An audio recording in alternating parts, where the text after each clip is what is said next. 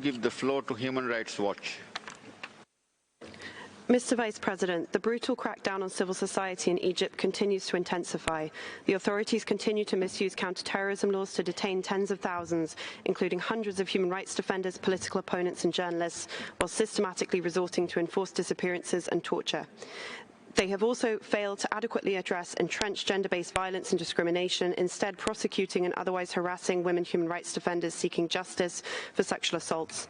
The human rights crisis in Saudi Arabia continues to deepen. Last year, 81 prisoners were executed in one day. Government critics have been sentenced to oppressive 30 to 45-year prison terms, and abusive practices in detention centres, including torture, remain pervasive.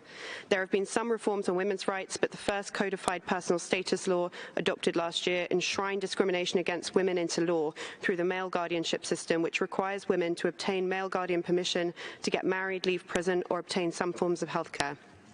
In India, the recent raid on BBC offices and blocking of their documentary are stark indicators of the escalating crackdown on civil society and media freedom.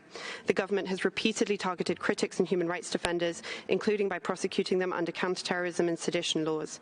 We're further alarmed by the fueling of violence and discrimination against members of minorities, including through discriminatory laws and policies, the vilification of Muslims and other minorities by government officials, and the failure to prosecute those violently targeting them. This Council should urgently address these human rights crises. Thank you. Thank you. I now give the floor to International Educational Development.